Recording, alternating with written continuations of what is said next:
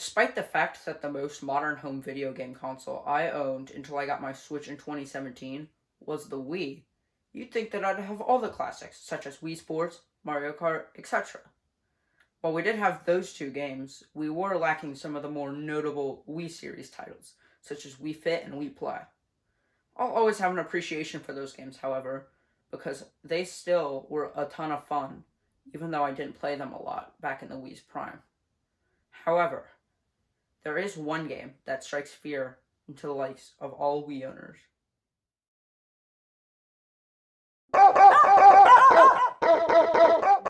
Wii Music. It's a game that was a part of Nintendo's Wii series games.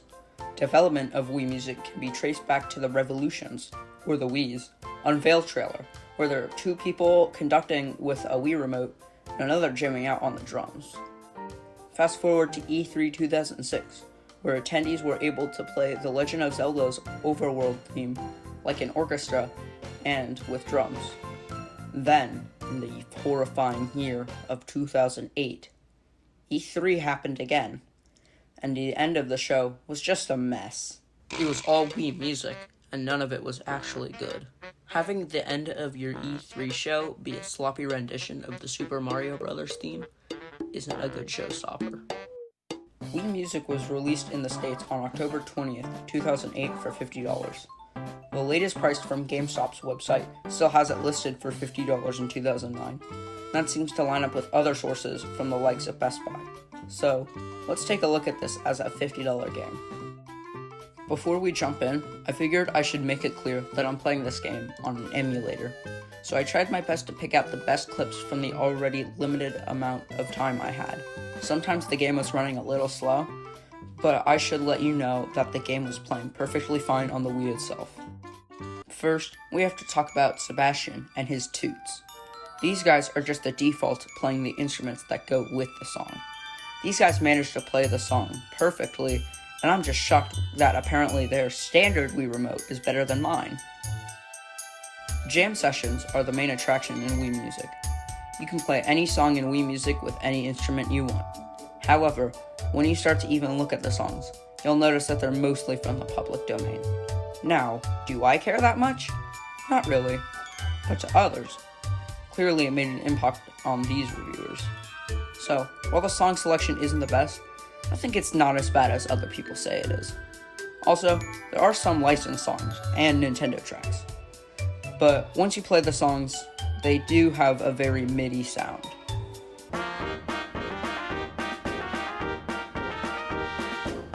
Again, I'm personally fine with this, but others aren't. When you are just trying them out in a sub-mode called Instrument Improv is when I think they shine the most. They do sound like the instruments that they are replicating, and they even have little bios about the instruments. However, some of these are sort of unoriginal compared to other instruments. Some are just odd.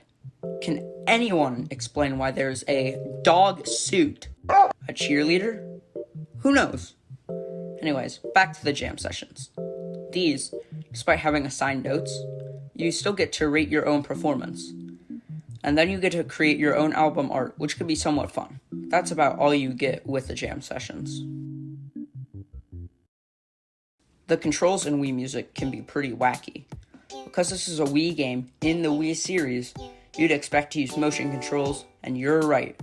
However, there is a set of instruments such as trumpets, saxophones, and even accordions for some reason, and they use the 1 and 2 buttons to play the notes. These are definitively the best instruments. You can have a lot more accuracy playing these instruments, which is pretty important in a music game. Then you have the piano. You just shake the Wii remote and nunchuck. However, there is a little lag between the movement of the remote and playing the key. Then there's the guitar type.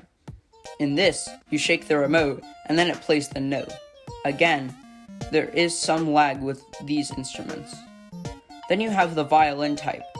This type sucks. You have to hold down the B button and then you shake the remote. Not only is this control scheme inconvenient, it just doesn't work well. However, one cool thing is that if you hold the A or B buttons while playing a guitar, or up or down on the nunchuck on a piano, it will play its own special noise. That's about it for the instruments. to the left in the menu, you can look at your videos, and you could even download other videos through Nintendo Wi-Fi connection. There's not much of a point to this mode, so let's go to the other sections of the game. In the back, you can find the games. Let's start with Mi Maestro. Unfortunately, this mode is almost unplayable with the amount of lag I get on my computer. When playing on a Wii, however, this mode works just fine, but still not the best. I'll talk later about how this could have been fixed. There's only 5 songs, which isn't good enough for replayability either. Handbell Harmony is up next. Again, the song selection isn't the best, but it's like an actual rhythm game. However, these are the piano controls, and alongside that, I got a really weird issue where it would register a note on the Wii remote when shaking the nunchuck. This would cause me to get around a 60 on PC, but again, I got this issue a lot less when playing on the Wii itself. Finally, there's Pitch Perfect. This mode has a solid 8 missions with about 10 levels each, but it's just a who's doing this game that gets stale after a while. Finally, there's lessons that you can take with Sebastian, but I honestly didn't care enough to play it again. I tried it on my Wii, and it really didn't grab me. It's the exact same as the jam sessions if you go one by one, so what's the point? And also, it's only Twinkle Twinkle Little Star, so you do not get more experience with the other songs.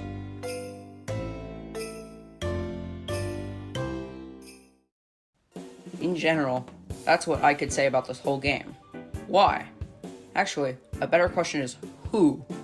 Who should play this? Definitely not hardcore gamers, as they're too busy making fun of motion controls, I guess. Musicians? If they know how to play music, what would be the point of playing Wii music? What's the point of learning the basics again? I think, however, that most people don't remember the series this is in.